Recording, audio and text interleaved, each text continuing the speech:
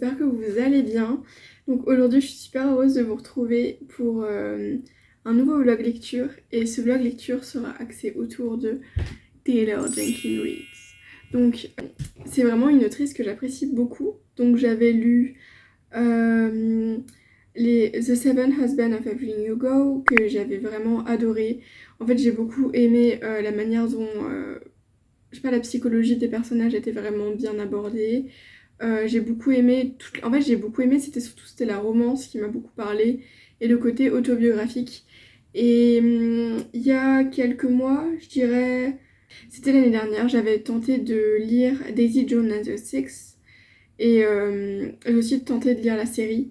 Il y a beaucoup de gens qui ont vraiment apprécié le livre et la série. Moi j'ai eu un peu de mal à accrocher.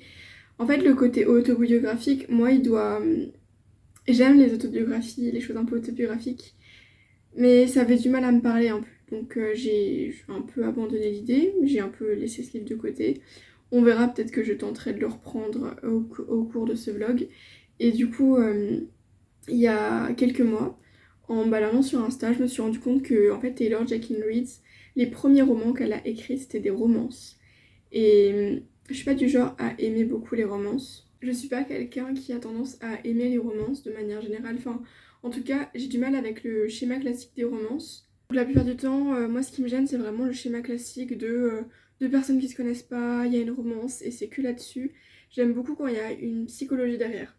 Bon, je dis ça, j'ai pas lu beaucoup de livres qui soient juste des romances, donc je ne peux pas dire, mais en tout cas, les résumés des romances que j'ai pu voir de Taylor Jenkins Reid m'ont beaucoup inspirée. Enfin, en tout cas, je trouvais qu'elles étaient bien parce que, en fait, c'était des romances où on sentait que le couple, c'est des couples âgés en tout cas. Enfin, en tout cas, des gens qui étaient déjà ensemble et ça a l'air d'aborder des sujets intéressants du couple en fait. Et c'est ça un peu qui m'a attirée.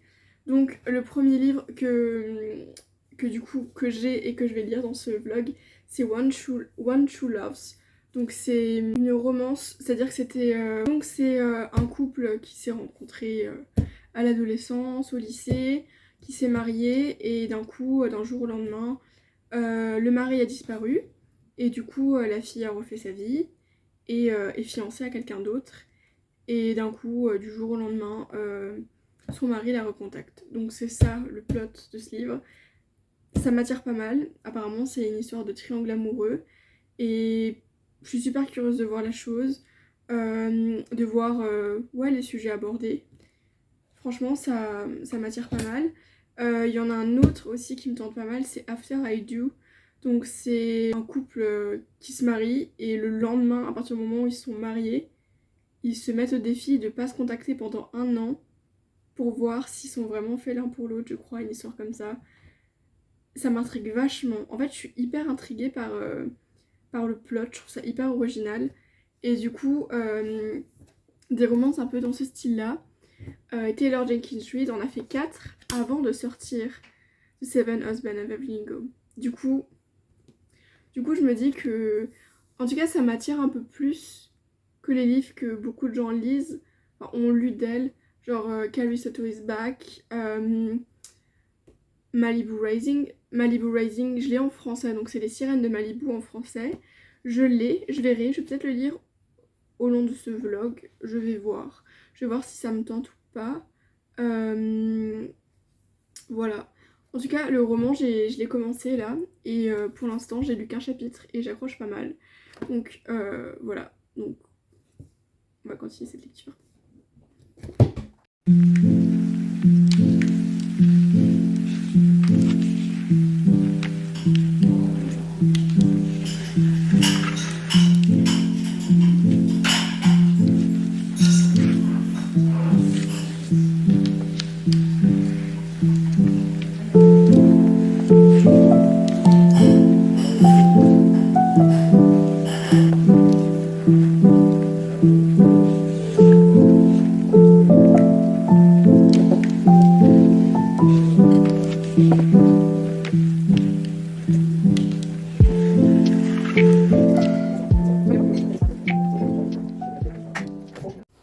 Coucou, donc j'ai un petit peu avancé dans The One True Loves, pour l'instant j'aime beaucoup. J'ai lu un peu moins de 100 pages, donc là je suis à la deuxième partie. À la partie où... à la partie juste après que Jess est disparu du coup dans cet accident d'avion, si j'ai bien compris. Voilà. Et pour l'instant j'aime beaucoup l'écriture. Euh, En fait l'écriture elle est assez... Enfin assez similaire, non. Elle me fait penser un peu à celle d'Emily Henry, mais en fait c'est juste l'écriture de Taylor Jenkins Reid qui est vraiment incroyable. En fait on est vraiment immersé dedans et je trouve que c'est bien. C'est pas trop léger ou pas assez travaillé, je sais pas si vous voyez ce que je veux dire. C'est vraiment un bon mix entre travaillé et léger, dans le sens où c'est une romance et c'est un peu ce qu'on cherche. Donc pour l'instant j'apprécie beaucoup. Je vous dirai par la suite, pour l'instant j'aime bien, je trouve que ça se lit vraiment bien. Voilà.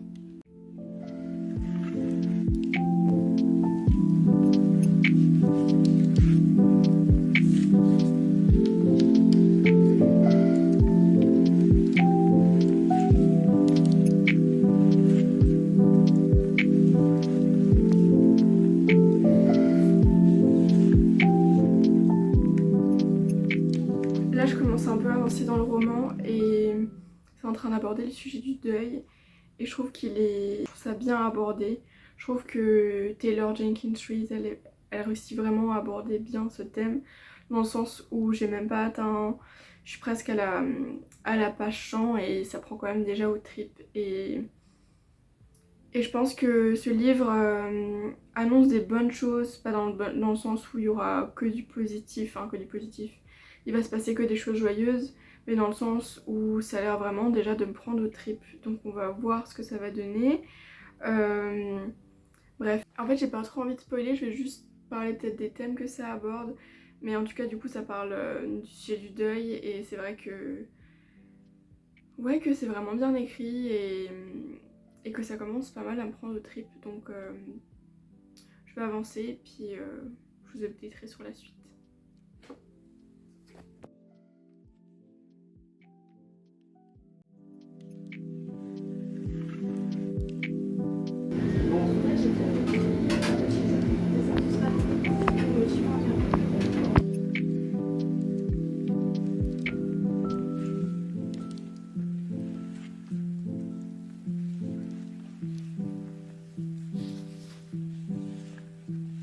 Ça y est, j'en attends de la page 200 de One True Loves. Franchement, ce livre vraiment m'émeut beaucoup. J'ai pas encore pleuré, je pense que c'était surtout parce que là où je l'ai lu, c'était un peu dans des espaces publics, genre soit j'étais au travail, soit j'étais un peu à l'extérieur, donc je pense que c'est aussi ça. Mais vraiment, il m'émeut beaucoup, je trouve qu'elle pose des mots qui sont vrais, où on ressent vraiment les émotions des personnages.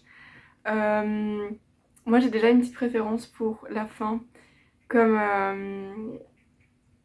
c'est un peu un triangle amoureux, donc on a souvent des préférences. J'ai un peu ma préférence pour la fin. C'est celle qui serait logique pour moi. Les personnages sont très attachants. Et voilà, je vais pas en dire plus parce que j'ai pas envie de vous spoiler. Mais en tout cas, franchement, foncez lire ce bouquin. Pour l'instant, j'adore et je suis contente parce que je retrouve enfin je vous dis, l'écriture de Taylor Jenkins Reid qui m'avait manqué en fait des 7 maris d'Evelyn Hugo, que j'avais eu du mal à retrouver dans Daisy Jones and Six et c'est pour ça que j'ai eu du mal à même le commencer. Mais voilà, donc là, j'espère avancer vite. En tout cas, ça me plaît beaucoup. Ça me plaît beaucoup, donc voilà, je pense que je vais pas mal avancer aujourd'hui. Hello, donc je vous avais toujours pas fait mon avis final sur le livre One True Love de Taylor Jenkins Reid. Donc j'ai eu le temps de le finir pendant mon voyage en Italie. Donc là je reviens de mon voyage en Italie et comme j'ai tout fait par train, en train, bah, j'ai eu le temps de le finir avec tous les trajets que j'ai eus. Donc franchement j'ai beaucoup apprécié ce livre. J'ai retrouvé la plume de Taylor Jenkins Reid que j'adore, que franchement j'avais vraiment adoré dans les 7 maris de Evelyn Hugo. C'est vraiment une plume qui me parle beaucoup, où elle arrive vraiment à se mettre à la place des personnages. Je pense beaucoup parce que c'est des situations qu'elle a déjà vécues. De ce que j'ai pu voir, elle est mariée, donc je pense que c'est aussi de ça qu'elle s'en est inspirée. On se rend compte qu'elle connaît vraiment la vie d'un couple long, enfin en tout cas qui a vécu sur plusieurs années. Et c'était vraiment intéressant de voir comment est-ce que les relations évoluaient. Parce que du coup, dans ce livre, il y a deux romances.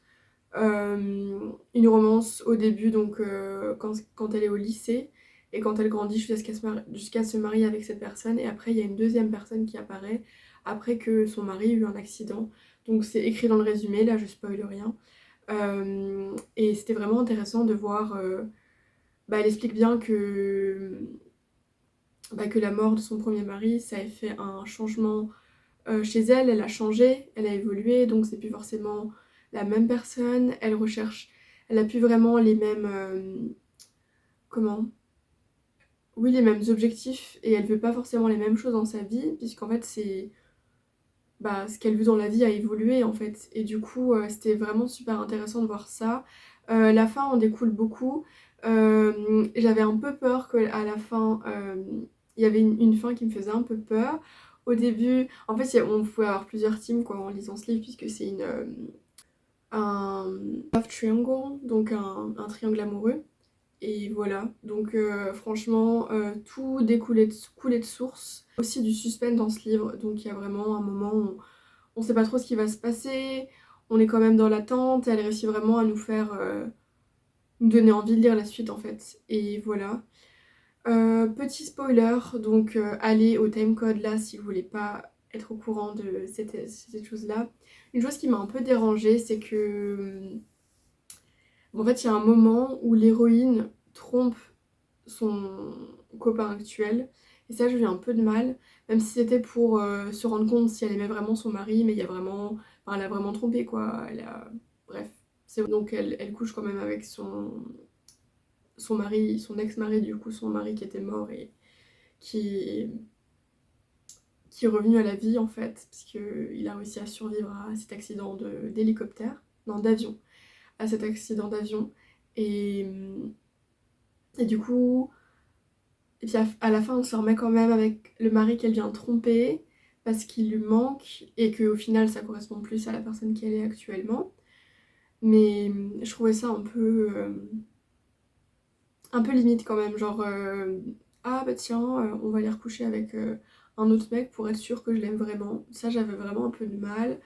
Voilà, c'est peut-être pour redynamiser le récit, je sais pas. Ça, j'ai eu un peu de mal. Je trouvais que c'était quand même un peu limite. Mais sinon, quand j'ai fini le livre, j'avais vraiment envie de lui mettre 5 étoiles. Là, je sais pas trop. En fait, c'est un 5 étoiles, mais pas un 5 étoiles coup de cœur, je dirais. C'est un 5 étoiles qui pourrait presque être un 4 étoiles et demi, quelque chose comme ça. Donc voilà. Maintenant, je vais mettre à lire After I Do. Je vais aller chercher le roman pour vous montrer. Si c'est un des premiers romans qu'elle a écrit, donc c'est des romances. C'est dans la même timeline un peu que le livre que j'ai lu avant. Et c'est aussi une romance, sauf que là, c'est aussi l'histoire d'un couple marié qui, juste après s'être marié, je crois que ça doit être le jour du mariage ou le lendemain, ils choisissent pour voir si leur couple va durer, je crois, ne se font le défi de ne pas se parler pendant 1 an. Ça m'intriguait vachement.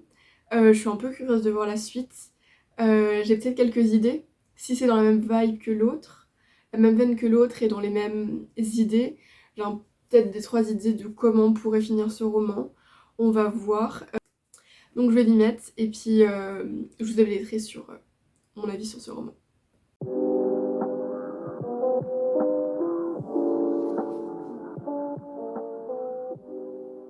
Hello, donc excusez ce qui se passe là, capillairement parlant. Je viens de prendre ma douche alors mes cheveux sont un peu en pagaille. Hier j'ai commencé du coup After I Do et en fait j'avais mal lu le résumé, mais en fait c'est l'histoire d'un couple, du coup comme le premier d'un couple âgé, enfin quand j'entends âgé, un couple qui est resté ensemble pendant un certain temps, c'est-à-dire que là, en gros de ce que je comprends, donc au fur et à mesure des chapitres on voit qu'on a un peu un décompte d'années Et au début, je crois que c'est à peu près 12 ans. Donc là, je suis à peu près au moment où ça fait 10 ans qu'ils sont ensemble. Et c'est super intéressant de voir genre vraiment des histoires où il y a vraiment des couples qui ont été ensemble pendant longtemps en fait. Genre des couples mariés, par exemple des couples avec des enfants et tout ça. Je trouve que c'est peut-être pas assez représenté dans la romance. En tout cas, c'est quelque chose que j'ai très peu entendu parler. Ou alors c'est juste peut-être parce que je n'y connais pas assez en romance. Mais là, c'est vraiment...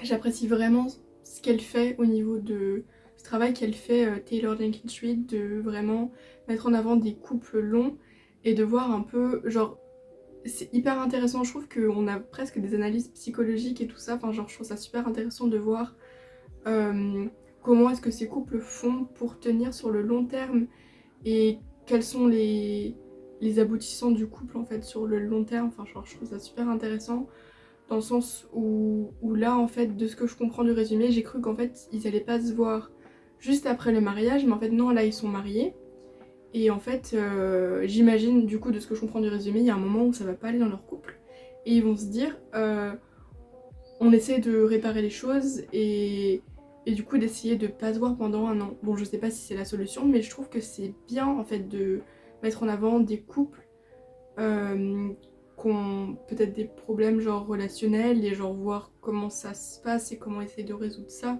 Et si c'est dans quel cas ça peut, ça peut être résolu et dans quel cas ce n'est pas le cas, enfin dans quelle situation ce n'est pas le cas.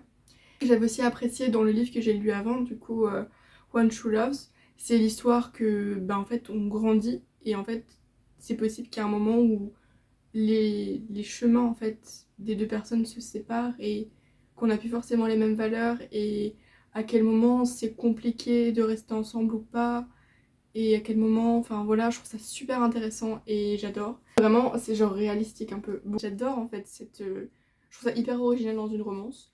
Après, peut-être que vous en avez lu d'autres. Moi, j'ai pas lu non plus des tonnes et des tonnes de romances parce que c'est vraiment quelque chose qui m'attire. Ça, je trouve ça vraiment original et je me reconnais peut-être un peu plus dans ce genre de romance puisque bah, je suis en couple depuis quelques années avec mon copain et du coup, je trouve ça quand même super intéressant de voir ce point de vue-là en fait. Donc là, je vais essayer d'avancer dessus. J'aimerais bien au moins atteindre les 100 pages aujourd'hui et puis je updaterai dessus. Voilà.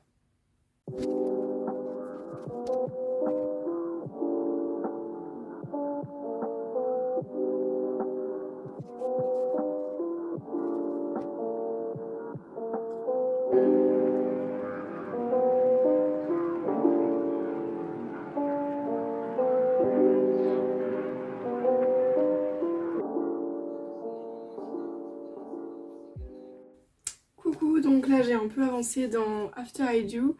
J'en suis presque à la moitié. Voilà, à peu près à la moitié. Et pour l'instant, j'apprécie pas mal le livre. Je sais qu'il y a des gens qui, de ce que j'ai vu des avis sur le bouquin sur Goodreads, il y a beaucoup de personnes qui n'ont pas beaucoup apprécié l'héroïne, qui l'a trouvé un peu détestable. Moi, je trouve que ça va. Je trouve en fait que comme on est à sa place, à la première personne de son point de vue, je trouve que c'est normal aussi que qu'elle soit pas genre, enfin, je sais pas. Moi, je trouve ça assez vrai, enfin, ce qu'elle ressent et la manière dont elle l'exprime. Donc, je trouve que ça va. Moi, ça me choque pas. J'apprécie assez les personnages. Laisser quelque chose, en apprendre quelque chose, bah, personnellement en fait réussir à analyser un peu la situation et comprendre d'où sont les problèmes dans le couple, fait que comment par exemple l'héroïne n'a jamais appris à vivre seule et peut-être aussi le héros mais et je trouve ça super intéressant en fait de voir en quoi ça a affecté le couple et en quoi c'est important de d'avoir aussi de la liberté et tout ça et je trouve ça super intéressant parce que en fait il y a presque un côté pas essai mais un côté un peu sociologique derrière que je trouve super intéressant et un peu genre un peu psychologique en mode thérapie quoi. Enfin genre je trouve ça super intéressant de voir qu'est-ce qu'elle réussit à faire cette autrice, enfin Taylor Jenkins Reid autour de ça et, et comprendre qu'est-ce qui est fondamental dans un couple. Enfin, en tout cas moi j'adore. J'apprécie beaucoup. Je vais avancer un peu dessus.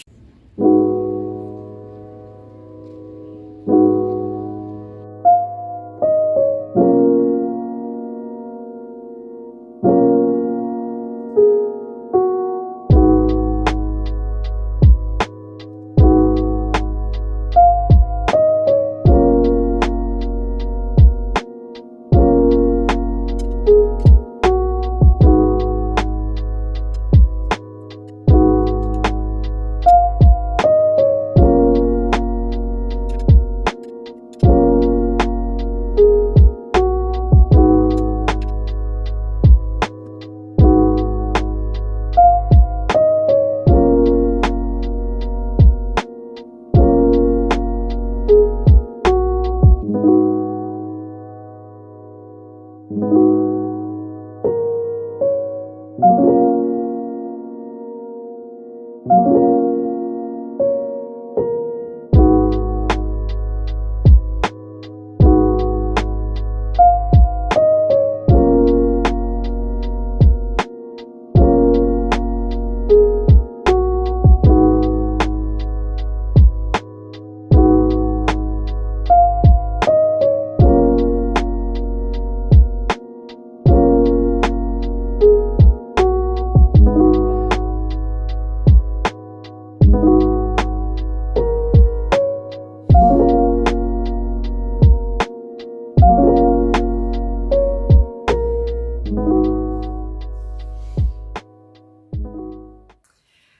donc je viens de finir After I Do, comme vous avez dû le voir dans le clip précédent.